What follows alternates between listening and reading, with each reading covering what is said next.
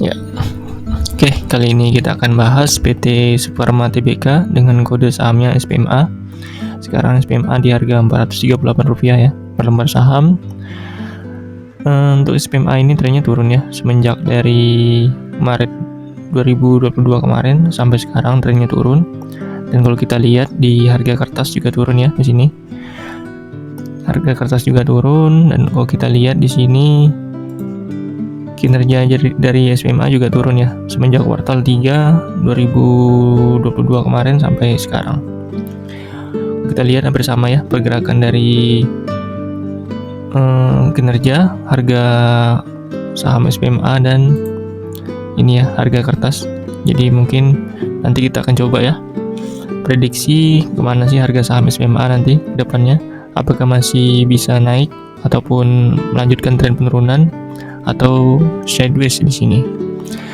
Akan kita coba prediksi berdasarkan valuasi, kinerja, prospek serta harga ini ya, harga kertas. Kita lanjut ya untuk profil singkat PT Superma Tbk. Jadi SPMA ini masuk dalam industri ya, sektor industri pulp dan kertas. Lebih tepatnya bergerak di bidang industri pembuatan tisu, wadah dan kemasan. Untuk SPMA sendiri masuk dalam saham syariah ya. Untuk Dewan Komisaris dan direksinya bisa dibaca sendiri di sini. Untuk jumlah saham beredarnya 3,15 miliar lembar saham. Market cap-nya 1,4 triliun ya, nggak terlalu besar. Jumlah saham beredarnya hanya 7,6% ya yang dipegang masyarakat. Sisanya dipegang oleh PT yang terbesarnya PT Gloria Jaya Gempita ya, 31,48%. Jadi untuk SPMA ini termasuk saham yang kurang liquid ya. Kalau kalian punya modal di atas 50 juta kayaknya agak sulit untuk transaksi di SPMA ini. Untuk neraca keuangannya di sini untuk kuartal 2-nya naik ya dibanding dengan kuartal 1 kasnya. Lalu dari segi asetnya di sini bertumbuh ya. Asetnya bertumbuh. Dari segi ekuitasnya juga bertumbuh ya, dan lumayan signifikan kenaikan ekuitasnya, baik sekali. Lalu dari segi liabilitasnya atau hutangnya kurang lebih sama ya di sini. Untuk kuartal 2 ini hutangnya bertambah 6% dibanding kuartal 1 kemarin. Lalu dari segi DER-nya di sini turun ya. Trennya turun dan sekarang tinggal 0,45. Karena DER-nya di sini kurang dari 1, maka di sini kecil kemungkinan untuk SPMA ini gagal bayar hutangnya ya. Dan kalau hutangnya kecil maka labanya lebih maksimal ya, marginnya, karena nggak terlalu tergerus dengan beban hutang atau beban pinjaman. Oke, itu tadi ya untuk profil singkat dan neraca keuangan dari SPMA. Ya, lanjut ya untuk kinerja perusahaan dari SPMA, dimulai dari pendapatannya di sini. Secara Q&Q atau kuartal per kuartal, revenue SPMA ini turun ya dibanding dengan kuartal 1 2023 kemarin. Sekarang turun 14% di kuartal 2 ini.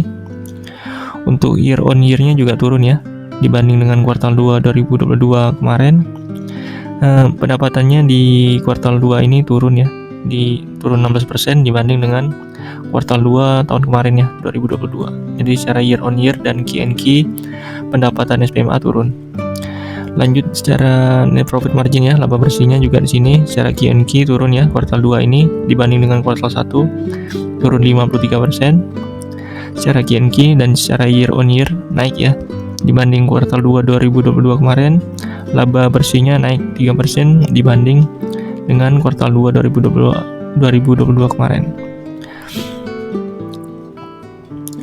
Lanjut untuk net profit marginnya di sini turun ya 6%. Di kuartal 3 sempat 16% dan mulai turun ya, sekarang tinggal 16% profit marginnya. Untuk beban pendapatannya turun ya di sini. Pendapatannya trennya turun, beban operasinya yang naik di sini. Lalu dari segi beban pajaknya juga turun sih ya. Lalu dari segi ROE kalau kita lihat di sini di kuartal 2 juga turun ya dibanding dengan kuartal 1. Di tahun 2022 itu ROE-nya 15%, 15,7%. Mungkin kalau kita lihat di sini sekitar 5. Ya mungkin tinggal 10%-an ya untuk di ROE SPMA ini di tahun 2023 ya, mungkin kemungkinan besar turun ya ROE dari SPMA ini tinggal 10%. 10% ya masih kurang baik ya menurut saya. Untuk IPS-nya di sini turun juga ya. IPS-nya turun ya, mungkin di IPS tahun depan juga turun ya. Oke, itu tadi ya untuk kinerja dari SPMA, masih belum memuaskan ya, masih tren turun dibanding dengan kuartal kemarin, kecuali ini ya laba secara year on year ya yang naik di sini. Oke, kita lanjut ya untuk strategi dan prospek perusahaan SPMA, yaitu salah satunya memperbesar pasar dalam dan luar negeri ya.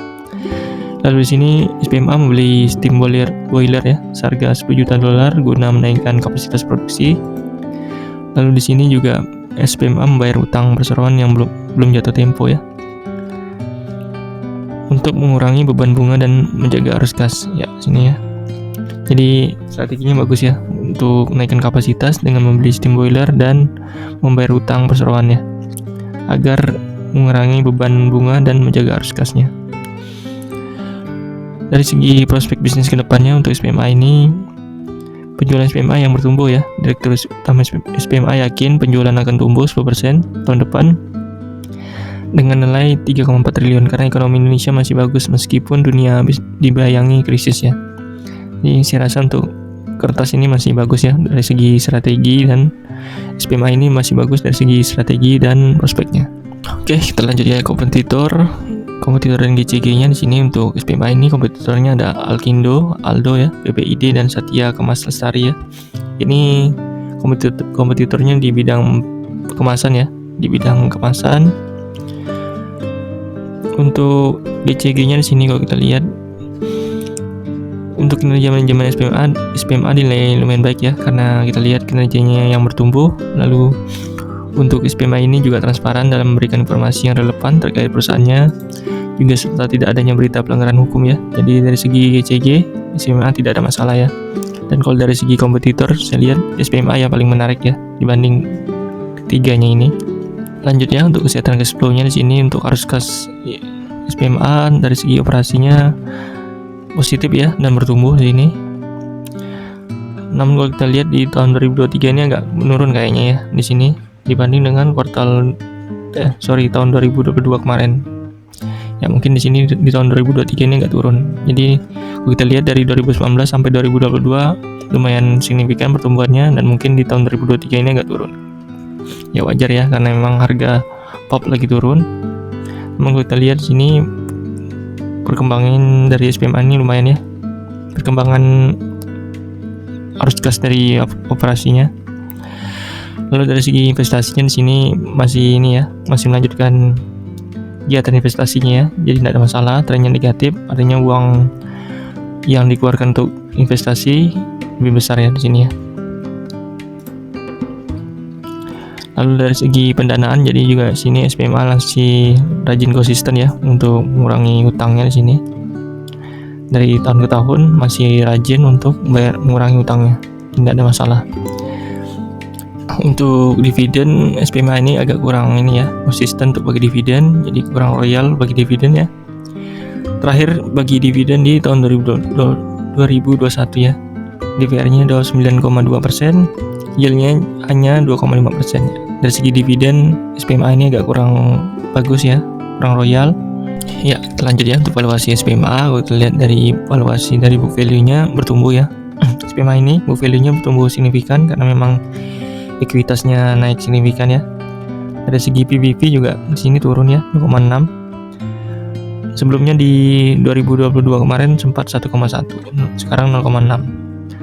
Dan kalau kita lihat di sini 5 tahun terakhir itu PBV-nya 0,6 ya, masih sama ya, sama di rata-rata 5 tahun terakhir 0,6 PBV-nya.